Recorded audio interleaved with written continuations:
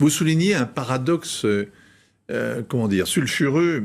Plus il y a de terroristes qui tuent en se revendiquant de l'islamisme, plus l'Occident combat l'islamophobie.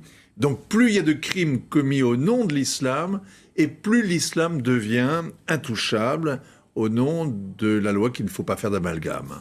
Oui, c'est extrêmement bien résumé, je vous remercie, mieux que je ne le fais moi-même.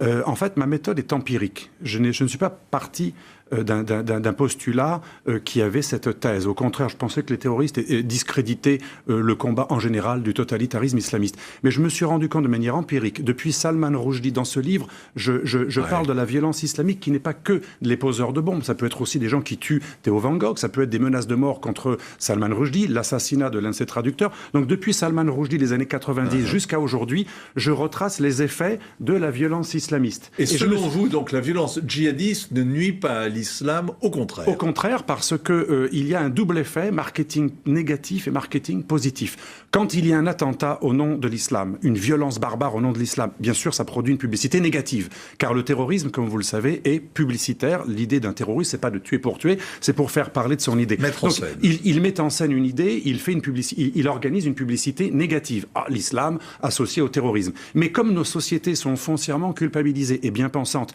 et ça peut être aussi d'ailleurs d'un point de vue tout à fait noble, que nous ne voulons pas faire l'amalgame. Pour ne pas faire l'amalgame, immédiatement après ce processus de marketing négatif, de publicité négative, islam égale violence, eh bien les sociétés occidentales redoublent d'efforts pour dire non, justement, non seulement ce n'est pas l'islam qui est en jeu, mais l'islam est intouchable. La communauté musulmane est la vraie victime des attentats, puisqu'on risque d'amalgamer.